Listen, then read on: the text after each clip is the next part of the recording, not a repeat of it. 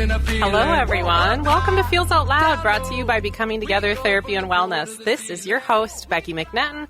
Along with host Tara Martini, we are so glad to have you listening today as we live and share stories of mental health.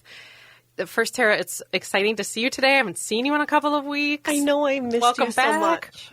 We've been asked by so many people, should we express emotions online? Ugh. And it is a fantastic topic that we also get asked frequently in our clinical work, too. People want to know if it's a good idea or if it's a bad idea. Mm-hmm. Social media has truly changed the world in all sorts of ways, as you and I know. And wow, does it have an impact on our mental health? So I get why people would be asking us this. Of course, the answer that us therapists all give is that classic, well, it depends. And it does. But I really want you and I to explore this today.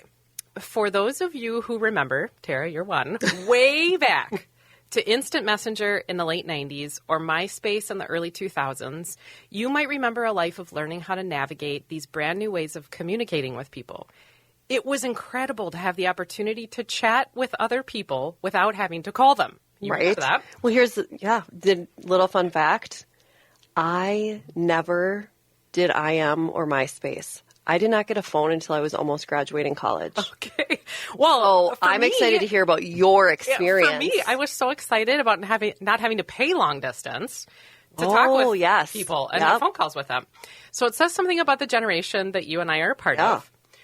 But social media didn't even exist before the mid-90s. Which is mind-blowing. Yeah. So if you were a person listening that was an adult at that time, you can easily reflect on a life that literally didn't even have social media available. And that is mind-blowing, as you said, when I talk about that to anyone under 20 years old right now who only knows a life with its popular existence. 70% of the U.S. population actively uses social media, and the average amount of time spent daily is 2 hours. I would think it's even be longer than that. Like the average. And the average social media user participant is involved in 6 platforms, Really? 6 different platforms. We post everything from what we ate for dinner to our biggest life moments, we from our drive to work to our vacations to our inner thoughts and our values. So there's really no getting away from emotions online. Mm-mm. Every single one of those platforms makes it simple to express emotion and even more simple to repost or like or respond to emotion. But I'm fascinated about whether this actually helps us process emotion or if it swirls in new emotion to what we had already shared or what had existed. Right. Kind of like, are we getting what we hoped for from doing it? And what would you say about that?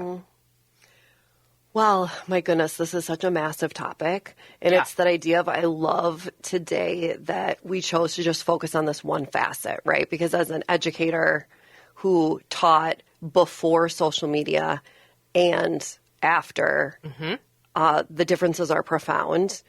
That's for another episode. I love that we're simply just looking at emotions and is it a good idea to express those emotions online for the public, to see.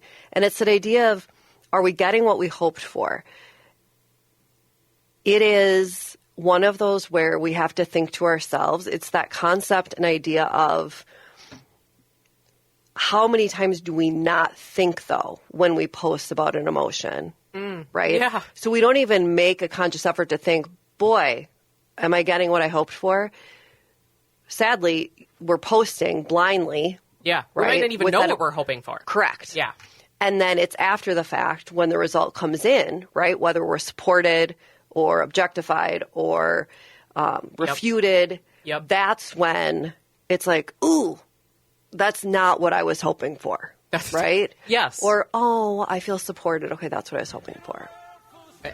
Well said. I absolutely love this discussion, and we're going to get into it a ton more. Right now, we are going to take a short commercial break, but stay tuned for the things you can consider around the role of social media in your life and how to assess your digital wellness. Thank you for listening to Feels Out Loud. We will be right back. You gotta find the people.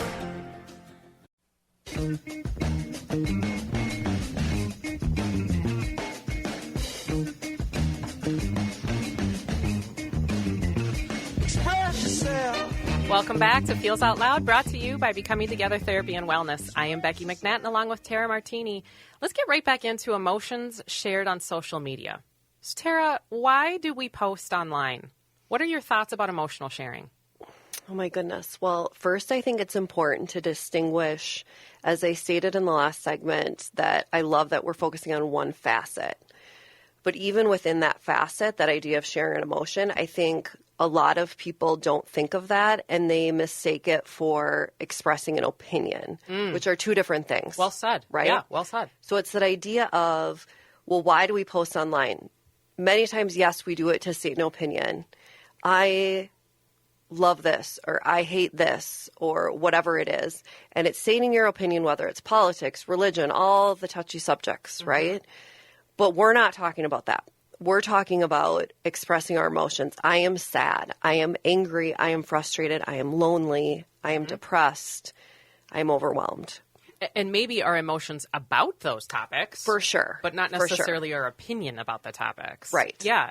From kind of gathering information recently and asking a few people about why do we post online? Why do we post on social media? I kind of saw 4 different reasons: to share, to reflect, to connect, to enjoy.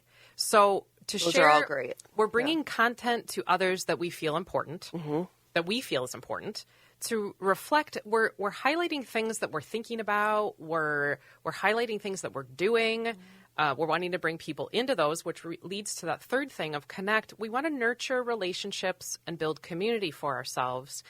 And then ideally, I think social media is meant to enjoy. It's the idea of it as entertainment, Right. and we think it's fun. But I wanted to, in the emotional sharing on social media, think about the generational component here. We sort of highlighted when, in the mid-'90s, it wasn't even in existence. Yeah.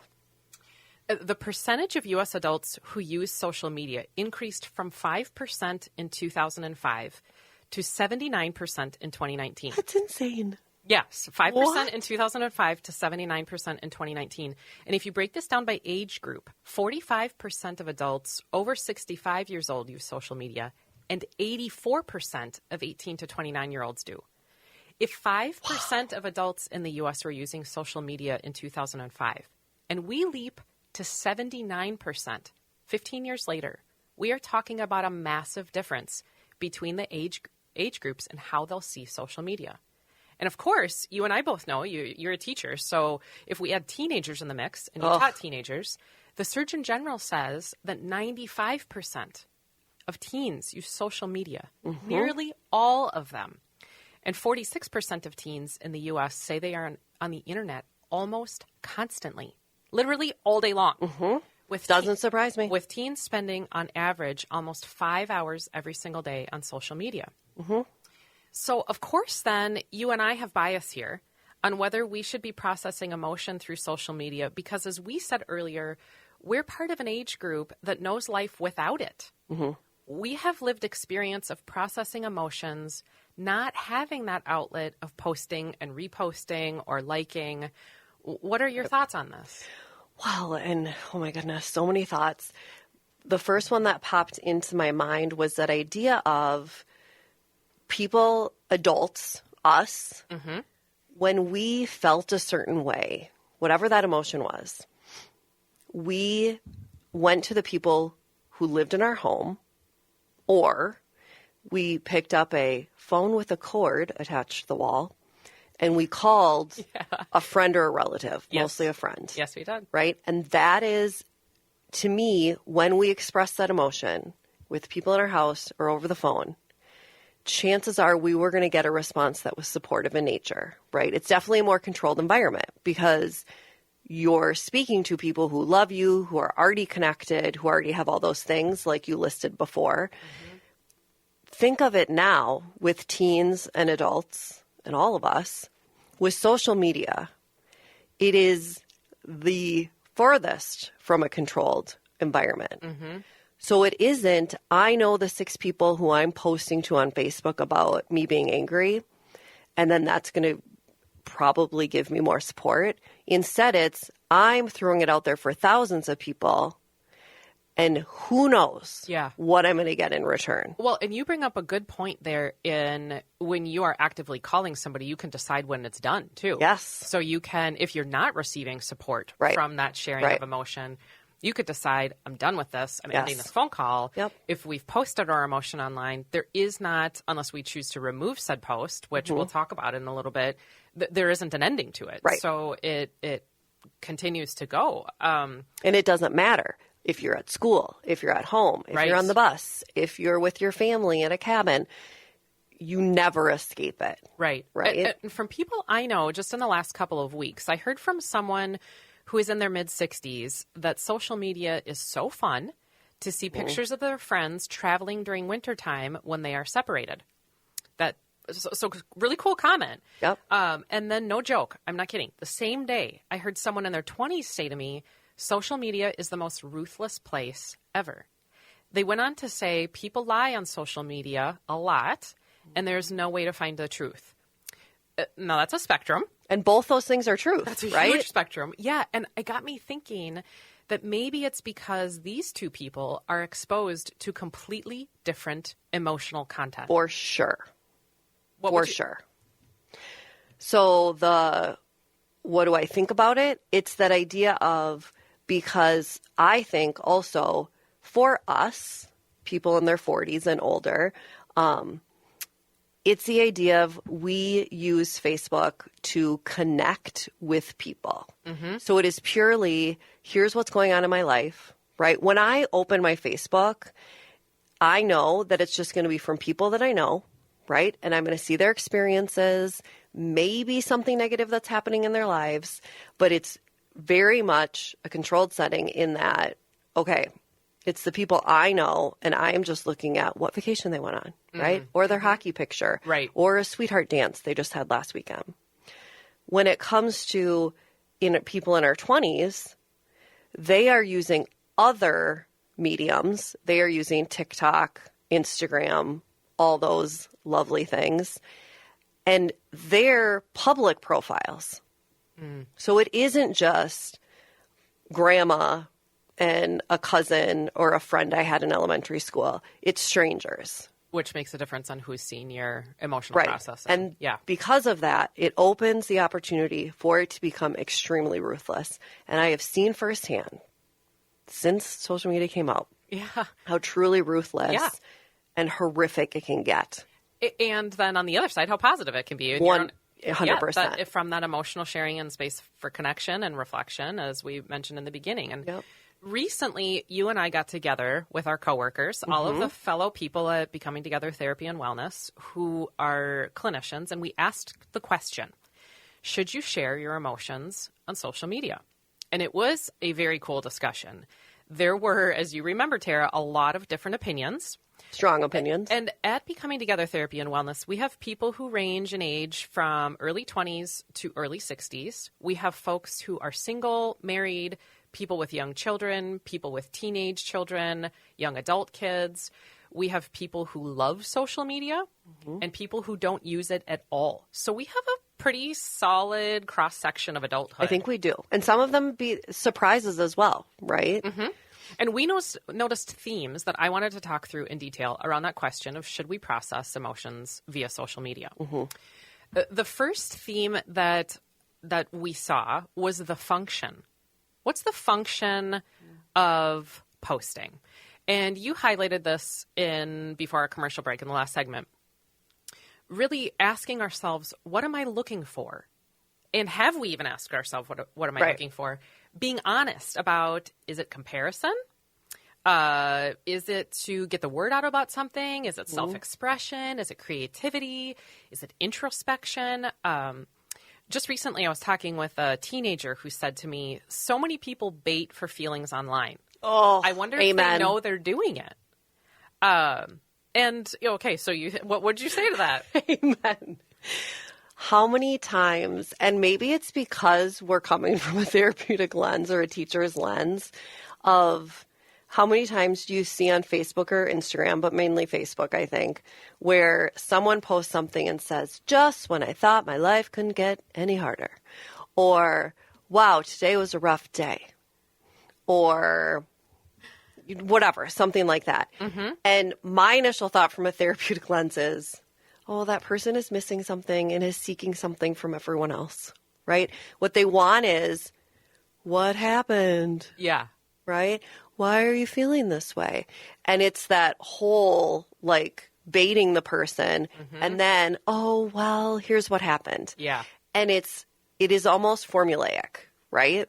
You post that little hint out there, someone goes for it, and then it begins this conversation, and then your feelings by the second keep getting deeper and deeper and more exposed in that online environment. Yeah, well, I was, makes me think about, I was talking with a younger than us human a couple of weeks ago who was posting about a conflict with their friend group on social media. Oof. And they were telling me about this. And they were sharing about their hurt in the issue and then said something to me about asking for people to weigh in on what a real friend was. Ooh. And I asked this person, what were you looking for in the responses? And what emotion were you actually processing? Did you know? Wow. Which leads to another concept within this. What's the function of the post? Do we know what emotion we're processing? And from what am I hoping for, we might have to know what emotion really are we processing in order to even know what we're hoping for. And this person, this younger than us person, really didn't know what they were hoping for. You and I might guess they were looking for validation. They were looking for, well, here's what a real friend is, to have some sort of like agreement in what they're, but they didn't know. And so that would be a thing to be asking ourselves, what emotion am I thinking about posting about? Because as the therapist we were talking to said, well, that's real different emotions are real different about posting online. It's super important to be able to identify the difference because grief and loss are really different from anxious anticipation. For sure. If somebody says, oh, I'm so anxious about my job tomorrow, that is a really different feel on what you might get as a response from a deep vulnerability. Right. Well, and just like you said, I think it's so fascinating how that younger adult had said, well, I'm going to ask for people to weigh in on what a real friend was. Because the part of it, you know, I think about like, wow, that depending on, like you said, they didn't know, but that could provide for a beautiful moment of like, they just needed support or they needed someone to like provide a little guidance. And so, but the reality is for the most time, it's directed at people bashing and people having negative comments and things like that. But it's that whole piece of, are you looking at it from an exploration standpoint, right? Or is it a validation standpoint? And when you say validation standpoint, it makes me think about asking ourselves the question of, am I looking for likes or reposting? Right. Do I want people to see my info or do I want to feel seen by it? Which are two different things. Very different. And is something getting fed in me by having people like it? Is that a sense of belonging? Is that a sense of importance or pride in what we're doing, that we're being fed by something in the amount of likes or dislikes or hearts or whatever? And what is that providing us? Yeah, and the last point that came up in the what am I looking for? The function of the post was, am I actually hiding from emotions? And this might be an interesting, as for listeners to think about, they might be saying, well, this is confusing because I'm not hiding from emotions when I'm posting about them. And what we're saying is there is huge capacity to hide in anonymity in our 100%. posting. And so we may actually be avoiding something by posting something. And are we seeking to avoid a conversation with someone in person? Are we actually seeking to process something of an emotional content online because we have an avoidance of having the discussion in person? And now here's this thing that can provide that for me, right? Yeah. Because back in our day, it was you addressed it with the person or you didn't address it at all. Yeah. Right? You maybe could go to a friend to get advice, but there wasn't any type of outlet, right? To use for it. Right. To go back to your piece of, to kind of give a real life example of Do we actually want people to see our info? Do we want to feel seen? That whole piece. So on my grief journey, I will post things on Facebook. And the first time I did it, I didn't realize you can turn off the comments so that you don't get a comment back. And I was inundated with like supportive words and whatever. And most people would be like, oh, I'm sure you just loved that. And I was like, ick, no, ugh, no. I don't want words of support and whatever. I just wanted to post. So then I started taking the comments off. So then you can post something. And I was just doing it to be like, hey, I'm sad. Right? Yep. I'm expressing that emotion. I'm going through grief. But it's all I just needed to do. I just needed to share it. And I loved the idea then that I had control over it in that people are not needing to comment or respond. I just get to put it in the universe as a cleanse, as a way to heal because I feel isolated. And it's that idea of we can do, not to give a tip so early in the show, but one of the things we can do is having a stronger sense of control by doing things like that, where then you're not receiving the critiques and whatever it is. Right. Sometimes we just need to share to let it out of our body to have a sense of healing and a little bit more peace. And that's one way you can do it if you're still into the whole like social media thing and getting it out there. Yeah, well, that transitions beautifully to what the second theme was that we noticed and why would we be posting on social media? And that's the intention. So we were just talking about the function of the social post, but this is the intention of sharing emotion online. What are the ramifications and impact of what we're sharing? And what might be the contextual outcomes? And are we looking for connection or just a public expression? And I myself am part of a Facebook group that provides resources and connection with people all over the world. I love that. I love seeing people share really deep emotion. They are sharing deep emotion with one another all the time, receiving support from a community that has experienced what they have. It's happening. And so the impact of the post is opportunity to be supported by this. It's a closed group who has a shared emotional experience, and we get community that way. So we get to be seen without the critiques, in this, as you mentioned, but in this group, people are offering support via the messages. You can share and express high vulnerability with people who have experienced this same experience you have. I love that. And you, Becky, never would have otherwise encountered 100% to most of those people if you didn't have that. If I didn't have that. And what a safe, beautiful way to be on your journey and not feel isolated. Yep. And, and in that also intention, obviously, if we think about and someone or people are honest with themselves, there may be actual intention to just make someone else feel bad. What we're looking for is someone to join our anger and shame. Right. So we say something to incite that in another person. But that's another aspect of what the function might be. The third thing that came up as a theme is the outcome. And and several of the therapists said, are people thinking about what could happen as a result of this post? Are we walking it through on what the outcomes could be for us as individuals? So I'm thinking like depression, anxiety, jealousy, maybe fear of missing out. What is the outcome comparison? I myself, this was a couple of years ago, I was so sad about a post of mine that didn't get any likes.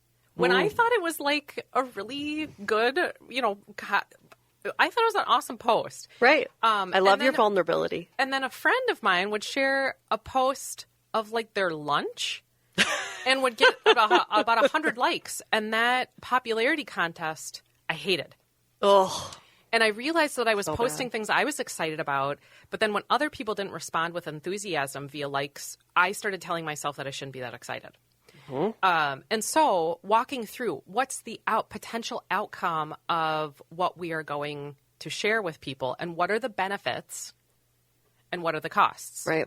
And you said just a minute ago, how do we then insulate ourselves on what are some actions I could take to potentially mitigate certain things or ensure a certain outcome. But before we post, to have thought about that, what would you say for that? Well, first is a question for you. Did that experience right after impact your postings, like future postings? It did, yeah, because I started to think about, am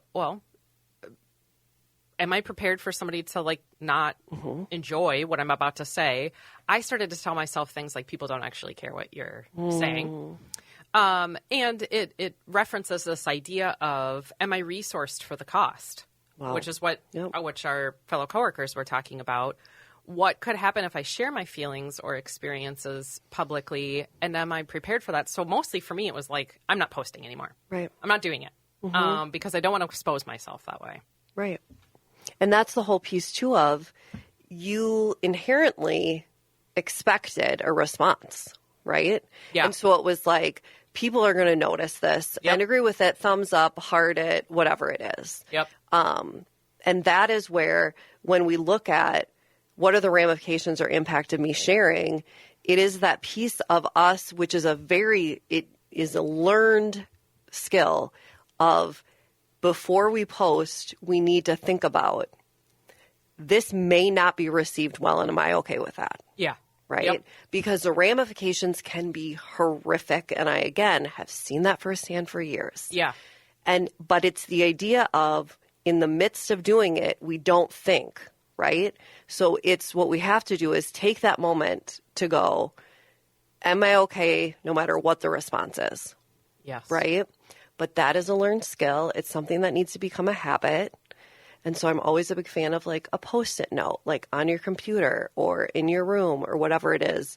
Just like stop and pause. Stop and pause. Pause before you post. And I was not aware when I was posting those couple of things, what I was looking for. Right. But I learned after the fact, when I was disappointed, Yes. that, I clearly had a hope. Oh, you learned real quick when you saw none, and you're looking at your phone probably like, is there something wrong with it? Did it get not posted? Yes, right. You know. Well, and that leads to the fourth theme that we noticed. The fourth theme around why do we post our feelings on social media, our emotions on social media, the state of mind. So asking ourselves some questions, and if and when you post on social media an emotional expression, asking yourself first, am I regulated? Am I regulated? There's so much intensity, and I don't have to even share any stories about that. Everybody listening knows that's occurring. Yep. There is impulsive posting. There is bomb dropping of emotionality, all sorts of things where you can very much tell it is a dysregulated human who is posting about something. And in that dysregulation, they are not going to be able to know what they're hoping for. Oh, no. And I mean, I think all of us right now, if you're listening, and Becky and I included, could take 5 seconds to think of a time on Facebook or Instagram where you didn't do the posting, but you saw someone that you are friends with on Facebook post something. Yeah. And then instantly you think to your head, oh, girl, she just opened a can. Yes. Right? Yes. Where we know exactly they were doing it when they weren't regulated. Holy moly. I hope they know what they have gotten themselves into. I just watched this happen, this battle between a couple of people on social media. And I'm not sure that either of them felt heard in the end, in the exchange, because they also had then other people weighing in on what their conflict ended up being. Right. And sharing vulnerability is literally vulnerable itself. So for sure. In that, regulating ourselves first to say, well, is this something I really want to share? You mention often, am I proud of what I'm sharing? And something that several of the therapists were talking about is, am I reflecting on action or am I reflecting inaction? Am I reflecting on something that I have already processed, something that has occurred that I have a sense of peace or being settled about? A resolution of sort. Or am I reflecting in the moment and I'm looking to resolve that? Those are going to have different outcomes, and you're going to be thinking about them differently. And certainly there is research that is growing and budding about the addictive nature and instant gratification of social media, all of these things that you and I have just highlighted that perhaps fall on the side of, no, don't post emotions on social media. You're opening yourself up to greater vulnerability, greater exposure, then maybe new problems. But I think based on what we said at the beginning of the show, we are all on social media all the time. There isn't necessarily getting away from it, whether or not we post it. We might see it. So our exposure to it. Thoughts on that? Well, and I think a great point that you bring up is it doesn't have to be us, right, doing the acting. It's seeing people doing it. Well, and then what can I do as a response to that? Yeah. I see you, let's give an example. Like, let's say you post, and these are two very different examples, you post a new restaurant, and you're like, I loved, whatever it was. My response to you could simply be like, oh my gosh, girl, I've never checked that out. Like, definitely going to do that. Yep. Right? Just a word, like a very shallow level, like you validated, you saw it, but also like support. It's that other piece, though, of if you see someone who is posting this very deep emotion, right? I feel very lost right now. I feel angry. I feel sad. You as a responder, rather than just like it or heart it, could say something, simply something as just supportive, like, I'm sorry you feel that way, or tell me more, or I felt that way too, right? Or you are not alone. Right. Simple community building statements. Absolutely. It is that idea of how many times, maybe I'm the only human in the world that does this, someone will say something like, I am sad, but I know I have a support system or whatever, and I'll like it. And then I'm like, oh my God, did that person think that I like that they're sad? Or did I like did I like the support? Which part? And I'm like, oh my gosh, I don't even know what I'm doing. You're not alone. I'm right there. It's become like a minefield, right? Yeah. And it is that idea of the bottom line is whether you're doing this on action or reflecting in action, it is just the key of remembering how controlled is my audience and am I okay with the responses that I get? Yeah. Right? Because you are taking a step to be vulnerable, which is huge. Yep. Right? And could be connecting and could be community building, as we highlighted. It can be beautiful. Yes, it can be beautiful, particularly for the people who don't live with others in their home. Yep. Right? Yep. So they're living alone. So it's not, I come home from work and I then vent to whoever, a partner, a child, whatever. It's that piece of that can be such a beautiful, and I say that to clients all the time who feel very isolated. You can find support from so many different things outside of a roommate or a loved one who lives under your roof. Yep. I mean, it's so much of even why you and I are doing this show. We are hoping that there are people who listen to this who maybe in their own experience that find a sense of connection and community building and even listening to this. So that's what we want. It does have capacity to be incredible. Have you heard of the term digital well-being? I have. Okay. Well, so for those who maybe don't, digital tell well-being me more. Is our mental and emotional health as related to technology. And I created a very short, what I'm going to call quiz. I love your quizzes. Speak, around assessing digital wellness for emotional sharing online. It's 4 items long, and the idea would be that before you use the social media, everyone, before you use the social media, ask yourself these things, and then you and I are going to talk about them for just a little bit. Love it. What am I doing this for? Is this bringing connection and joy to my life? How do I feel right now? Am I proud of what I'm saying? Is it who I really am? And to go back to that first one, what am I doing this for? Are we really using social media to detract or distract from having an in-person experience, as you and I mentioned around avoidance? Is it our attempt to post actually avoiding something? Am I looking for feedback or attention, or just trying to fight with someone? Am I displacing feels from an entirely different relationship onto a social media outlet? What am I doing this for? What would you say? Well, and off of all those points, and they are so, I mean, I wish listeners could print this out and have this like next to their computer because they're all so important and incredible. It is that idea of sometimes it's okay, and I would add to one of these letters of, am I doing it to be validated? Mm-hmm. Right? Am I doing it just to be seen? It is okay. It is also okay. I don't want to have a negative connotation necessarily on words like distract. No. You know, because sometimes we have an That's a coping awful strategy. situation. Yes, well, and all you need is 10 minutes on Instagram to scroll and be distracted. And that gets you, without knowing it, gets you out of that rut or that feeling. And so it's just the knowing that that's what we're doing. It's the understanding that the distraction from a thing is A-okay. And if we're posting about our dinner to distract us from how awful our day was, that's all right. Yes. But you know that's what you were doing it for. Amen. And that brings to the second point of, is it bringing connection and joy to my life? Well, we could add a word to that of just like settledness. Is it bringing an element of balance? Do you unfollow or block the things that don't bring you joy? And how many of our social media emotional interactions are negative? Do you get jealous of what other people around you are getting likes about, or what you see others post, or how you feel about other people's pictures? Does it make you feel self-conscious? Is it bringing you community? And if it isn't, challenge yourself to not do it. Right.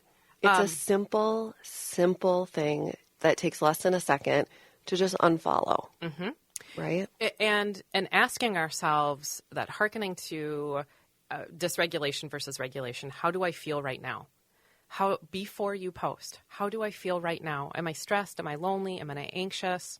Social media will very likely not help you navigate those agitated emotions. They won't. And it's that idea of, those are the moments where you're the most dysregulated, right? Yeah. And you're also the most vulnerable. The most vulnerable, where you may post things that you have a new feel about, like regret, later, or you'll have said something that you and I hear often, an oversharing, that people, even if they take down the post, somebody's seen it.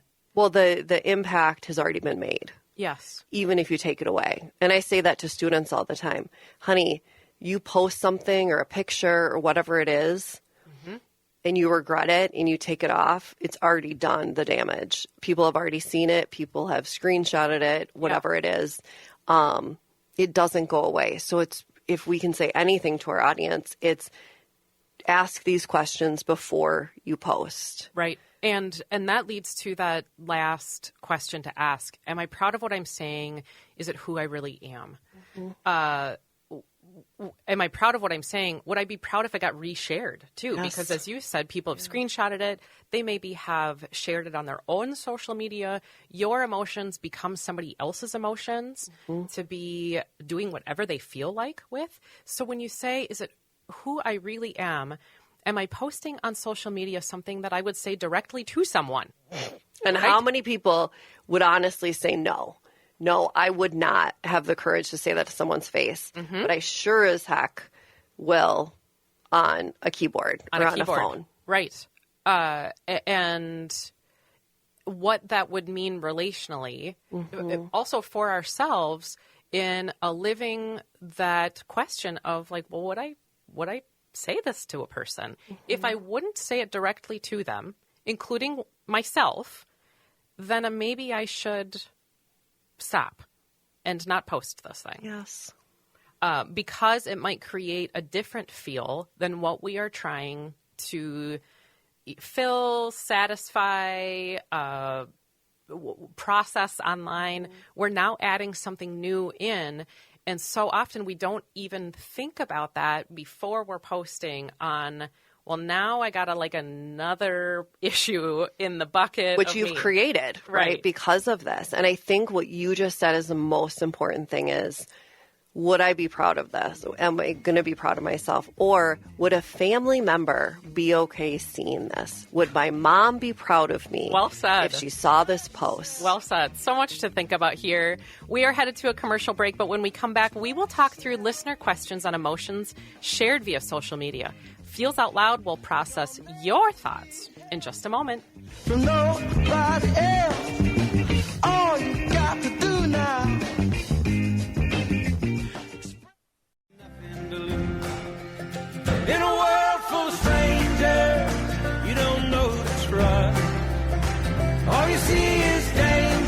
We are back again with Feels Out Loud, and this part of the show is where we talk through listener questions from you all.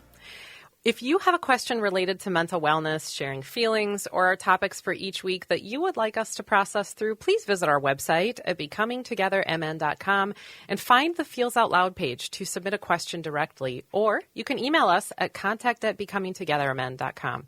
We really do want to hear from you and what you are wondering about. A huge thank you to our listeners who have sent in questions about their social media use and sharing feels online. That by itself is vulnerable. Yes, and the idea of to narrow it down to 2 was almost an impossible task because this is such a huge universal thing. So first question, I love social media and follow people who bring things up for me to think about. They find a sense of community in it. It's been a huge asset in my life, but what would I notice if it wasn't? And I would say, I think you might start to notice feelings show up elsewhere. We sometimes, that occurs for us. Emotions get highlighted in a different place. Like you might feel more tired in the morning. Right. Or you might find yourself more negative in general.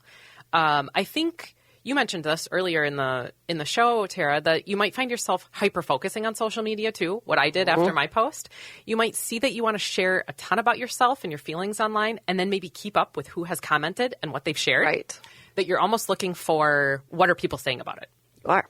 And it is that piece, too, to be very mindful of, well, what if I noticed if it wasn't, or how would I notice? It's that idea of the moment you are done scrolling or looking at that, let's say Instagram, do I feel better than when I started? Well said. And if I don't, that did not serve me in the way it should have. Yeah. Well, that leads to second question. When something happens in my life, I get on social media to share it within seconds. It's the first thing I do. I don't even know what I'm looking for. And you're kind of responding to them. Maybe look at your recent post. How did you feel after posting it? Yep. My thought was to this listener, well said. Thank you for honoring yourself and owning this. This is hard, that you get on social media within seconds. It's the first thing you do. You don't even know what you're looking for. I'm hearing that from, maybe they want to know, what am I looking for? They want to start there, which I love. Pause before you post. It needs to be a t-shirt. Pause before you post. It needs to be a bumper sticker, and it needs to be on our laptop. Yes. And then think, to this listener, think about that moment. Yes. Don't think about any other moment, right? But just that one. And ask yourself, how do I feel right now? That's going to tell you something. If you can name a feeling in that moment, that's going to tell you something about what you might be looking for. What would you say? I would say to this person, and I love that they asked this question, is have you created more disconnect in your life by posting it the minute it happens? Because what we've known as middle-aged women is when something happens in our life, we went to the people closest to us. Yeah. We told our friends and our family. What I see the younger generation doing is this thing happens in their life and they post it. And sometimes their parents or loved ones find out along with the rest of the world. And how is that creating more disconnect in your life? And so it's that piece of pausing before you post and thinking, is there anybody that should know this before I post? Oh, yeah, well said. And what you're also talking about is, have I let myself sit with a feeling long enough? Because the function of the post, as we get back to, might be, I can't tolerate this. I can't tolerate this, and I have to have people join me. Right. And what you're saying is practicing sitting in that space for a period of time. Are there people who should know this and hear it? Also, I need to reflect on it myself first. Wow. Well, we are already at the end of our show for today. Thank you for listening this morning. Join us next week as we talk about apathy to empathy and the continuum of these emotional experiences. And in the week ahead, be kind to yourself, everyone. Remember that connection fosters wellness, and your voice is one the world around you needs to hear. Share yourselves, friends.